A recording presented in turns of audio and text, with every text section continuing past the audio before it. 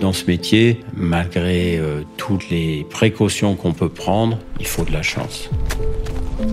L'alpinisme, une passion qui mélange esprit d'aventure, amour de la nature et dépassement de soi. Certains en font leur métier et choisissent de devenir guides pour permettre aux voyageurs de découvrir la montagne telle qu'ils ne l'ont jamais vue. À quoi ressemble la vie de ces guides et accompagnateurs de montagne ? Comment en fait-on son métier ? Je suis Lola Fourmi et je vous embarque dans les coulisses de la plus ancienne compagnie des guides de France. Bienvenue dans Suivez le guide, un podcast qui vous emmène au sommet avec la compagnie des guides de Chamonix.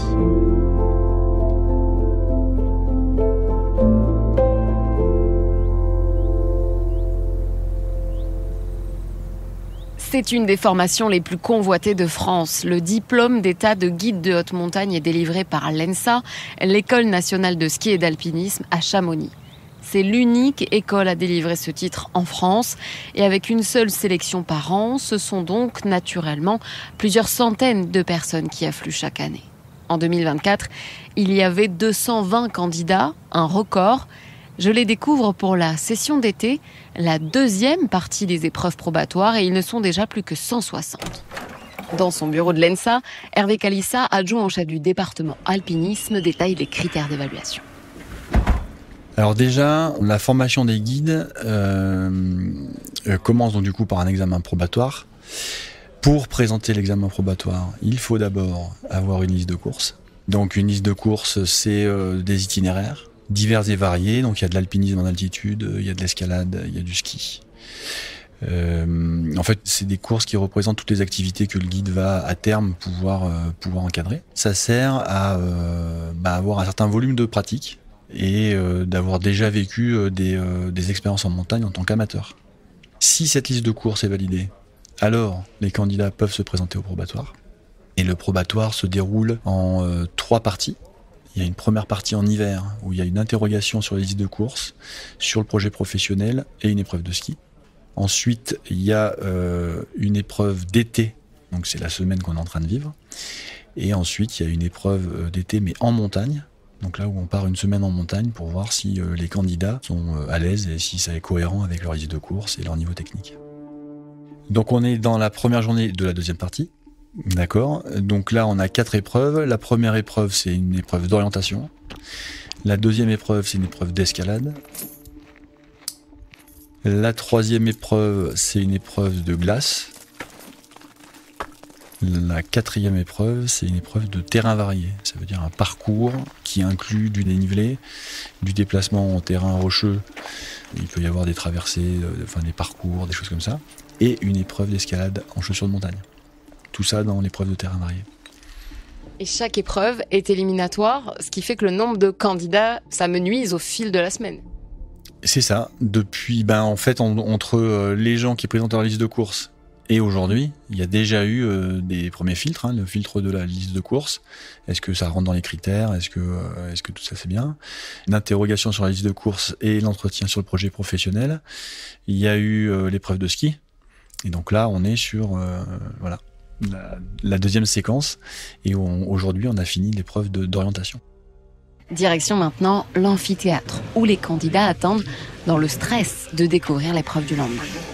Donc voilà, donc là on est dans l'amphithéâtre et donc il y a tous les candidats reçus à l'épreuve d'aujourd'hui, donc l'épreuve d'orientation qui sont présents et donc du coup ils vont présenter l'épreuve d'escalade de demain avec donc du coup les règles du jeu, comment ça va se passer quoi. Donc tout le monde attend un petit peu ce briefing, en sachant que l'épreuve d'escalade c'est une épreuve qui est ultra stressante quoi. Discrètement. Bien, bonsoir à tous. Bravo, si vous êtes là, c'est que soit vous étiez dispensé, soit réussi les plantations d'aujourd'hui. D'autant plus stressante qu'une surprise de taille attend les candidats et candidates. On a préparé une épreuve d'escalade et qui, exceptionnellement, en raison des conditions météo de ces dernières semaines, va se dérouler au gymnase de l'ENSA. Il a été très difficile pour nous, voire impossible, de garantir l'équité si on faisait grimper dehors, parce que la falaise qu'on avait choisie résurgeait. Donc il y en aurait certains d'entre vous auraient grimpé soit avec des prises de main mouillées, soit avec des prises de pieds mouillés, et c'est pas équitable. C'est seulement la deuxième fois de l'histoire que l'épreuve d'escalade se déroule en intérieur, mais pas de quoi décourager Camille, 33 ans, qui tente le coup pour la 3e fois. Moi, j'ai aucun problème avec ça. Je grimpe régulièrement en salle, donc écoute, c'est dans mes cordes, comme on dit. Ça devrait aller, mais il faudra être là. Là, c'est vraiment du one-shot, 100 minutes, ça va vite. Camille est originaire de région parisienne, installée à Grenoble depuis plusieurs années. Elle est ingénieure en agronomie et auditrice en éthique des affaires. Mais elle compte bien désormais transformer sa passion en métier. J'ai découvert l'escalade, c'était en 2015. Je m'y suis mise, je me suis sentie bien. J'ai rencontré mon compagnon en 2016. On a beaucoup grimpé ensemble. 90% de mes compétences en alpinisme, c'est lui qui me les a apprises finalement. J'ai voyagé un peu pour grimper. C'est ce qui a fait vraiment exploser, on va dire, mon intérêt et ma motivation entre les États-Unis, la Jordanie, l'Espagne. Découvrir des endroits juste extraordinaires et une façon de les explorer qui est intense, exigeante, mais aussi un peu lente, parce que on est tout petit.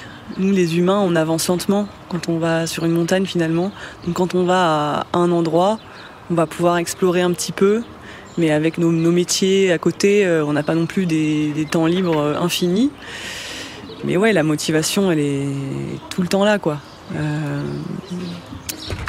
Cette année, tu repasses les épreuves probatoires, mais tu as eu une année particulière, particulièrement difficile. Un deuil, en tout cas. Qu'est-ce que ça vient changer dans la façon dont tu vas aborder ces épreuves?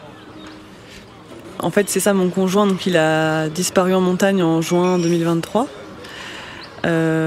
Mais à l'automne dernier, j'ai quand même pris la décision de reprendre ma préparation pour le probatoire, parce que j'ai réalisé que c'est un chapitre de ma vie personnelle, oui, qui s'est terminé. Oui, c'est sûr que ça fait extrêmement mal. Après, c'est aussi un chapitre qui m'a énormément fait grandir, que je lui dois beaucoup. Et renoncer en fait à devenir guide parce qu'il a disparu, ce serait vraiment un échec et un déchirement finalement. J'ai réussi à être honnête avec moi-même et à me dire en fait que j'avais envie, je voulais pas que ça s'arrête là. Je suis contente d'avoir fait ce choix et de me dire qu'en fait tout ce qui m'a apporté, c'est en moi. J'en ressors de la force et de l'abnégation, de la détermination aujourd'hui, un an après. On retrouve Camille le lendemain sur l'épreuve des stages. Super, au top. 54, je rentre à la chauffe. Après j'ai 1 heure, normalement. Voilà, nickel, on va se chauffer. Bonjour. Alors, pièce d'identité. Convocation et Dossard. dossard. Alors, 82. La corde de 40 mètres, vous l'avez? Oui. Donc après, je vous laisserai tout prendre et aller dans la zone derrière moi. Donc là, c'est le jour J, c'est l'épreuve d'escalade. Une épreuve qui a été modifiée par rapport aux autres années. Normalement, les candidats grimpent à l'extérieur, mais là, en raison des conditions météo, ils grimpent dans le gymnase de l'ENSA, dans lequel je viens de pénétrer, avec Camille, qui est partie à l'échauffement. Donc il y a des murs de blocs d'un côté, où les candidates et les candidats peuvent s'entraîner pendant 1 heure. Et à gauche, il y a des voies qui ont été constituées bien plus hautes. Elles font environ 13 mètres. Et elles sont cachées par un grand rideau afin que les candidats et candidates ne puissent pas les appréhender avant de passer. On sent que l'ambiance est à la concentration, un peu de stress, car c'est une épreuve éliminatoire à l'issue de laquelle de nombreux candidats et candidates ne seront donc plus dans la course pour intégrer le diplôme. C'est tendu, hein, tu sens pas? Si, on sent. Je m'échauffe un petit peu au sol, je bois un coup, je vais dans du facile et après je vais faire ce qu'on appelle monter en rési. Allez, on te laisse te préparer. On te dit bonne chance. L'occasion d'échanger avec François Marcini sur la nécessité d'une formation exigeante. Il est membre de la compagnie des guides de Chamonix et responsable du département alpinisme à l'ENSA. Alors on va bientôt fêter les 80 ans de l'école nationale. Donc en gros, c'est après la guerre que la formation des guides s'est structurée. Donc l'État a pris en charge la formation des guides pour que tous les guides de haute montagne aient la même formation, qui est censée être une formation de qualité, de façon à assurer la sécurité des publics. D'ailleurs, pour anticiper les épreuves, Camille a suivi la préparation de la compagnie des guides de Chamonix, une manière pour elle d'optimiser ses chances. Il nous prépare en fait à ce qui est attendu dans les critères de l'ENSA en nous faisant répéter, faire de la technique, puis après essayer d'être efficace. Et petit à petit, on voit les progrès et on prend le pli en fait, physiquement et mentalement de ce qui est attendu. Il faut y aller et moi je me sens prête. C'est sûr que le côté examen, le côté aléatoire, faut essayer de le gérer au mieux. Mais ouais, moi je suis motivée, je suis déterminée, le couteau entre les dents, comme on dit. Et donc voilà, go. C'est parti. Le chrono vient d'être lancé, Camille a 5 minutes pour réussir sa voie. Et elle a 2 voies à réussir sur 3.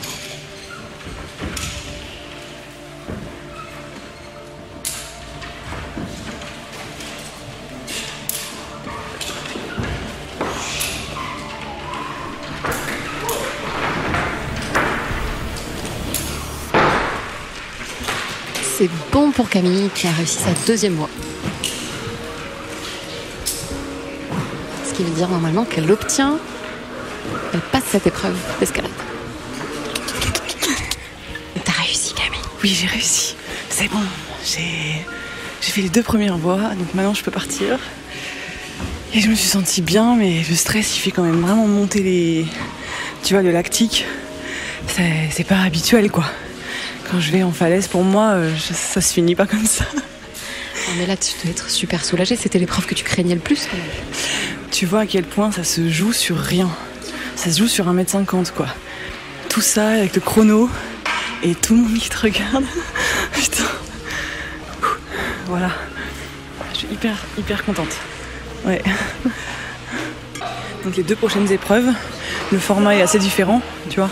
Tu as plusieurs ateliers notés sur 5 ou 10. Et en fait, à la fin, tu fais la moyenne. Donc c'est pas comme aujourd'hui. Tu vois, c'est pas un oui-non. C'est un ensemble de petites compétences qui s'empilent. Malgré tous ces efforts, ces heures d'entraînement, ces semaines entières de préparation, le rêve de Camille s'envole finalement en un instant. Lors de l'épreuve de glace, quelques secondes de trop lui coûtent sa place. À un point près, m'explique-t-elle alors par texto, elle m'exprime sa déception, sa colère aussi, et un sentiment d'injustice lié à cette sélection si drastique. Un sentiment habituel chez ceux, et ils sont nombreux, qui échouent, comme le raconte François Marcini. En fait, on peut parler d'une certaine dramaturgie du probatoire. Il y a les épreuves en elles-mêmes et il y a une autre épreuve masquée, en fait, c'est l'attente. Pour les candidats, c'est énorme. Et on sait aussi que le stress est communicatif. Les candidats et candidates qui se présentent, il y en a de plus en plus qui font de la préparation mentale, justement pour arriver à gérer ce stress. Parce qu'une fois qu'ils seront soit en stage, soit professionnels, ils auront des moments où il y aura du stress, mais ça n'aura rien à voir avec le stress que génère le probatoire chez les candidats.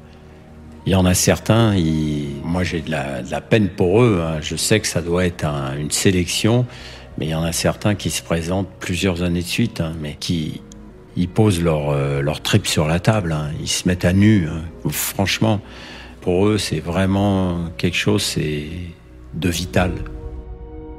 Cette pulsion de vie d'y arriver coûte que coûte est palpable sur la dernière épreuve de la semaine, le terrain varié. Une épreuve complète qui allie escalade, randonnée, équilibre, le tout avec agilité et rapidité. Bonjour. Bonjour, salut.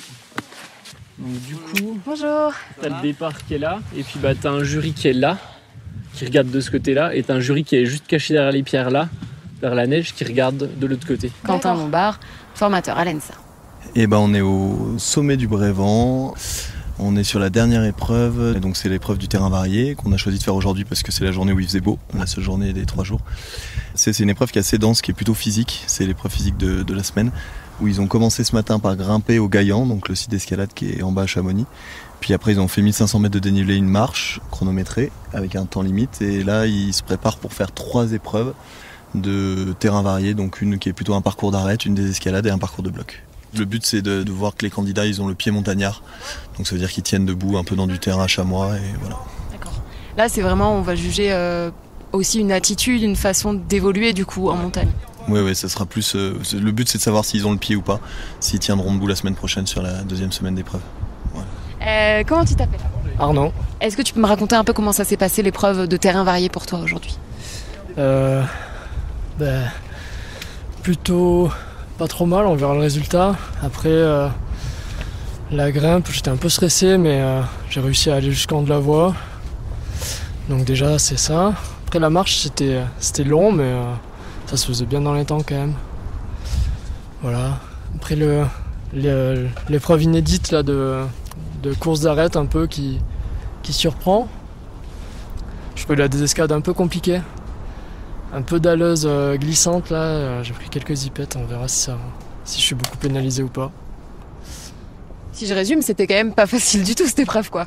Ah c'est le proba, c'est pas facile. Ça serait si c'était facile. J'ai voulu rester lorsque je suis parti. Bon, ça y est, terminé. Pour être content aujourd'hui. Retour dans le hall de l'École nationale de ski et d'alpinisme, à quelques minutes maintenant des résultats. Je pose à François Marcigny la question qui me taraude depuis le départ. Finalement, c'est quoi être un bon guide ? Un bon guide, c'est la phrase classique, c'est dire c'est un vieux guide, mais pas que. Un bon guide, c'est un guide qui va savoir s'élever, grandir avec ses clients. Être un bon guide, c'est essayer d'être en accord avec ses valeurs, respect du vivant, c'est prendre soin de ses clients, et c'est aussi du vivant au sens large, c'est-à-dire accepter le partage des territoires avec la biodiversité, faire attention quand on est en refuge, pas se comporter comme quelqu'un qui ne tient pas compte à la fois des autres, mais aussi de la vie en société, quoi. Parce que la phrase être un bon guide, c'est un vieux guide, c'est aussi un guide qui reconnaît qu'il a eu de la chance, un vieux guide. Parce que dans ce métier, malgré toutes les précautions qu'on peut prendre, il faut de la chance. Après une semaine de stress, de fatigue, des mois et des mois de travail, 48 personnes découvrent finalement avec joie leur nom inscrit sur le redouté tableau. Ça passe notamment pour Arnaud, croisé sur la dernière épreuve. C'est bon. C'est bon ? Ah bah cool, félicitations. Ouais, je suis bien soulagé. Ça a mieux marché que ce que tu pensais. Ouais, j'ai un peu peur là. Trop bien. Mais aussi, et c'est l'une des dernières filles de la sélection, pour Manon. Je m'appelle Manon, j'ai 29 ans et je vis ici dans la vallée de Chamonix et je travaille dans une salle d'escalade. Moi je suis originaire de Chartreuse et alors mes parents ils ont toujours travaillé en montagne, mon papa il est guide, ma maman elle même, et ils ont gardé des refuges. Du coup moi j'ai grandi en montagne, j'ai toujours été là-haut, c'est un peu mon univers. Après j'ai toujours eu envie de faire des trucs autres à côté. J'ai fait des études, voilà, et puis petit à petit, il y avait toujours cette idée du guide derrière la tête, mais ça m'a pris du temps d'y venir tranquillement.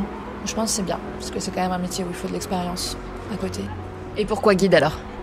Parce que j'aime bien emmener des gens en montagne. Et tu viens de réussir les épreuves probatoires de l'année 2024. Oui, exact, aujourd'hui. Comment tu te sens là ? suis vraiment soulagée parce que la dernière journée, on n'a pas envie de la rater. On n'a pas envie de refaire tout le parcours. Ah ouais, non, après tout ce qu'on a fait, c'est que 4 jours, mais c'est vraiment intense. Et il faut préciser que toi, t'étais dans quel état physique avant de commencer les épreuves ? Je m'étais fait une petite entorse à la cheville, qui était pas grave, mais suffisamment embêtante pour que ce soit un peu douloureux de temps en temps. Mais après, dans ces cas-là, le mental, il prend le dessus. Et moi, dans le moment où il fallait être présent, j'avais plus très mal. Parce que le mental a pris le dessus, quoi. Qu'est-ce qu'on peut te souhaiter ? Parce qu'il reste quand même une semaine d'épreuves en montagne, à laquelle nous, on n'a pas le droit d'assister. Mais qu'est-ce qu'on peut te souhaiter ? De réussir. Et que ça se passe bien, que ce soit quand même un bon moment, même si ça reste un examen. Là, ça va être un peu différent. Donc, de réussir. Et là, c'est quoi le programme pour ce soir ? Je vais aller boire une bière et puis après, je vais aller dormir parce que je suis fracassée. En effet, ce n'est que le début du parcours pour devenir guide. La formation dure à minima 2 ans et demi et allie théorie et stages pratiques sur le terrain. Et parmi la poignée de diplômés, seule une infime partie intégrera finalement la compagnie des guides de Chamonix. Et les femmes sont particulièrement rares. Elles ont mis du temps à s'y faire une place. C'est pourquoi dans le prochain épisode, nous irons à la rencontre de ces pionnières de la compagnie des guides de Chamonix.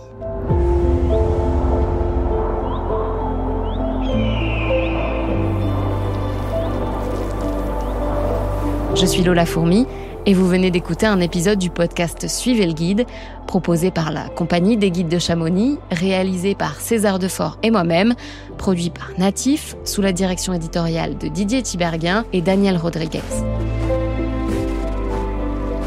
Le montage sonore est réalisé par Damien Talavera.